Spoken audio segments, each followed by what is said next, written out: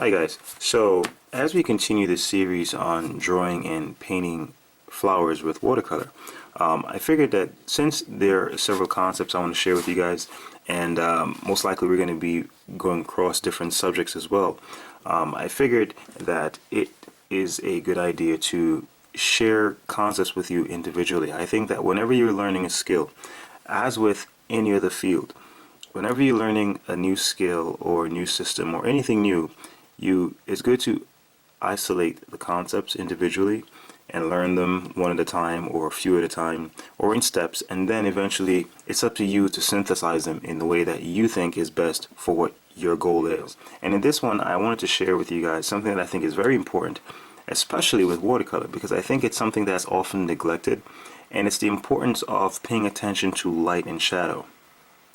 Now, with watercolor, I think generally the emphasis is on the vibrance of hues, the using a variety of colors, the brilliance of colors, and that is all good. It's a beautiful thing. Like, colors are just beautiful, especially with flowers and anything colorful. However, it's important to pay attention to depth and volume as well, and not lose sight of that. So in other words, it can be a little bit more challenging when you're dealing with colors, because now you're not only creating the vibrance of colors, but you're also using colors to create volume. And this is where I think this exercise is important, and it's learning how to use one color to create a simple, drawing or painting of a flower. So what do I mean? You're going to be creating a monochromatic painting. So that's what we're going to do. In this tutorial, we're going to create a flower using only one color. So that means we're going to focus on using the tints and shades of a particular color, and also using the white of the paper. It's always good to focus on simple forms. And here we just have a spherical form here. Alright, remember, we're thinking of this as a sphere, not necessarily as a circle. Okay, it is a circular shape, but we're thinking of it in terms of volume. Alright, so in other words, you should be thinking of this not as so. Alright, that's flat. We should be thinking of it in terms of volume.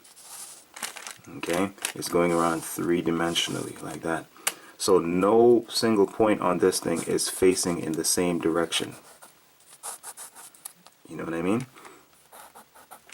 With this, all the points are facing the same, and that's why you have a flat color. Alright? Okay, let's use a cylinder then. We could do a cylinder here, and we're just going to be using one color throughout this whole tutorial.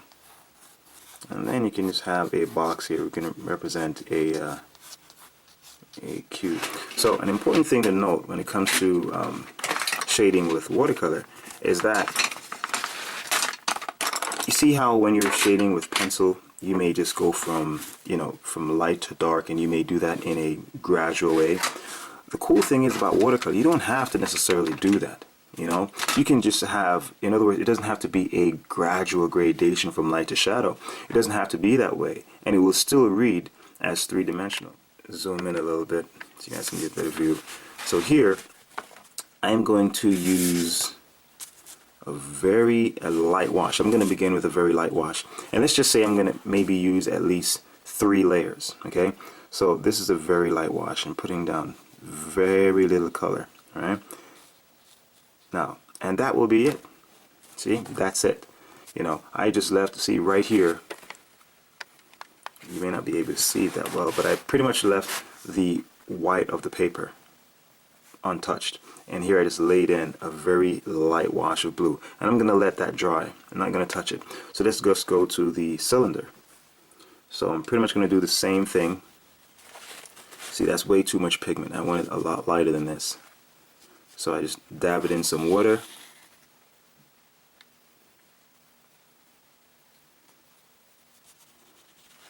And if you want some more pigment, you can just go into this. That's a fun thing about watercolor, I'm just going to lay it in. And that's it. See, I just dabbed some color here. Let's go in here too. We're going to pretend as if it's hollow, alright? So left the white here, put a little at the top, a little at the bottom. So I'm pretty much distinguishing the areas of light and shadow. So I don't even have to dip into the paint anymore. I can just take pigment from here, and that's enough to do this area.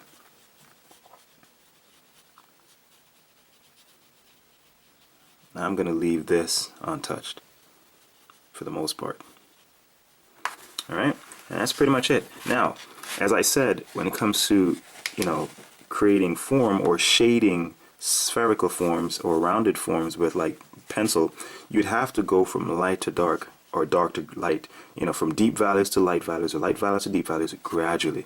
But with watercolor, you can pretty much just use sharp outlines. In other words, you don't have to see how sharp this edge is. That is fine when it comes to watercolor because it reads three-dimensionally, and also it's one of the properties of watercolor that makes it just very beautiful. You don't have to make things gradual. You don't have to fade things away all the time. There are times when it's good to do that, but this is one of the things that is advantages to watercolor, and it's that you have to sometimes just be okay with seeing lines like that. And that's the thing, sometimes it makes you uncomfortable to see, but you have to appreciate knowing that it will add to the effect of making the work much more pleasant to look at. It will make it more aesthetically pleasing. So just leave it and appreciate it as that. Okay. So I've given the sphere some time to dry, and now I'm going to go in with another layer, and now I'm going to make it a little bit deeper.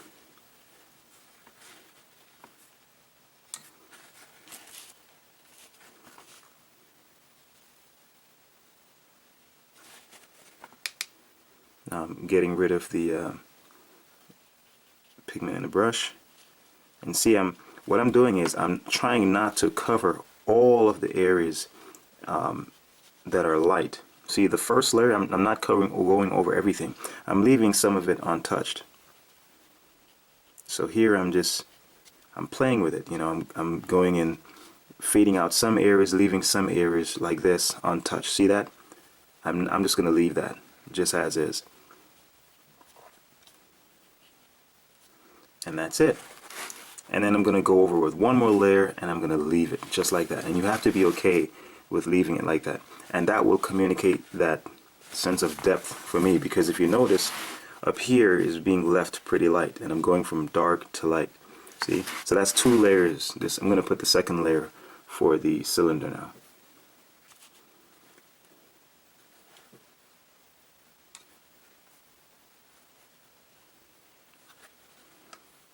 You want to go a little deeper than that.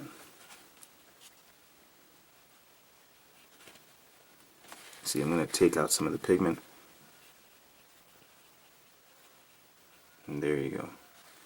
And that's it. Just to create some variety, I may want to fade out this part right here. Leave some parts with the line pretty sharp, some parts with the line a little gradated,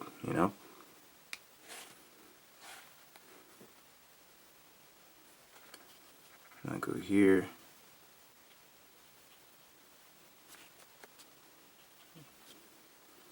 Dab it in some water. Take the water out. And there you go. And that's it. You see how the line is forming? That's one of the beauties of watercolor, man. It's just really cool. And here, time for the cube.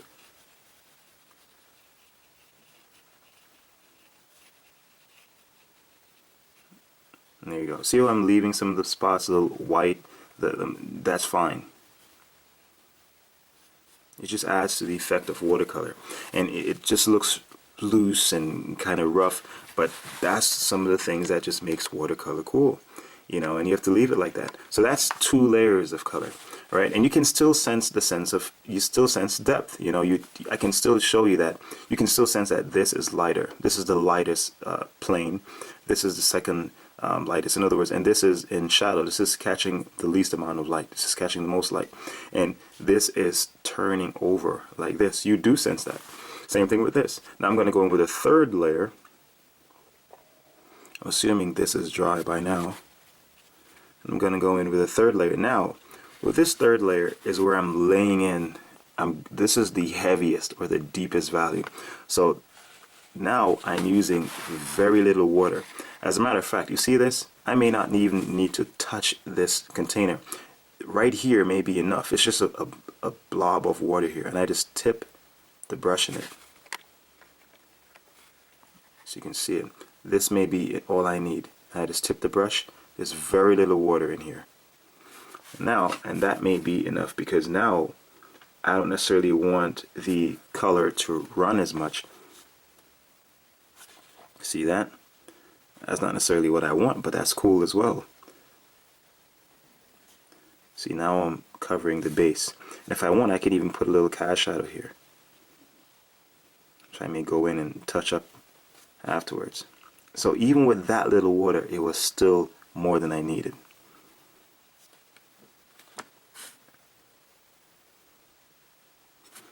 Now let's go to the cylinder. See, the point is not necessarily to my liking. So as I had showed you in the previous video, what do? I just roll it, and there is my tip. Perfect. Now I'm ready to make this edge.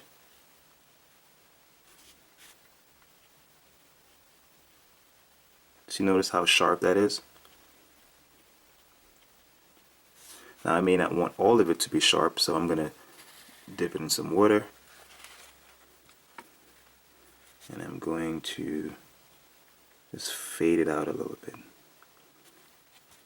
Now I'm going to let it run, and that should do it. Now we go on to our sphere, our cube.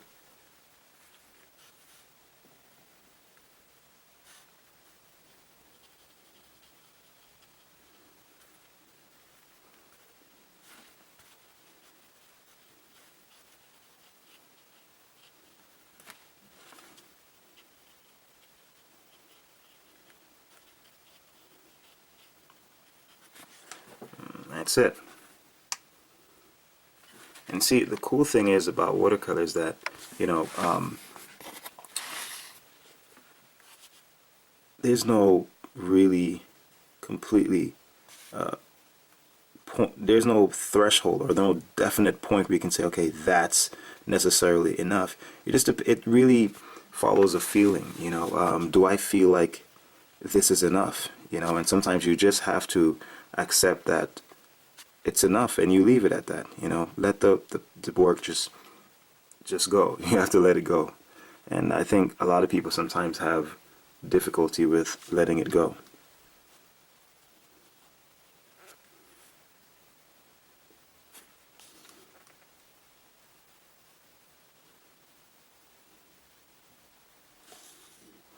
You see that kind of a loose effect where the colors just dry over each other. Sometimes you have to be okay with leaving things like that. And I think that's one of the things that makes it challenging for people who paint with watercolor, is that they don't know, or they find it difficult to just let go and let it be that way.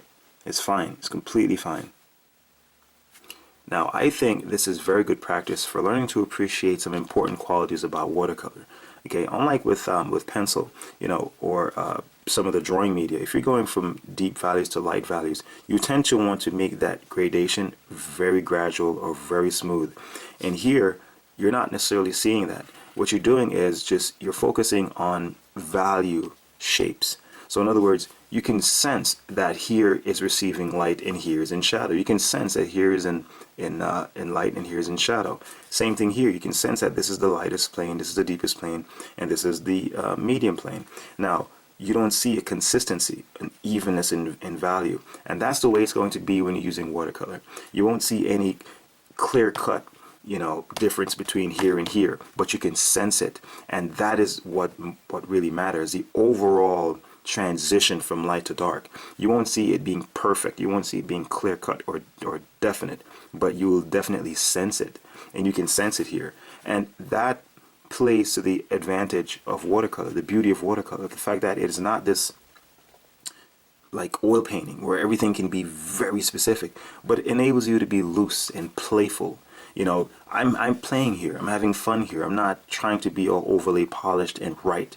You know, where does the deep values end and the light values begin? I'm not thinking like that. I am just trying to capture this overall sense of volume. And I think this is a very good exercise to practice when you're trying to get used to using watercolor without being overbearing about getting things right. Okay, so here I'm going to do a flower with just the one color as well, and you'll see how I'll pretty much emphasize and exercise the same principles here, and I'll do the same thing to it.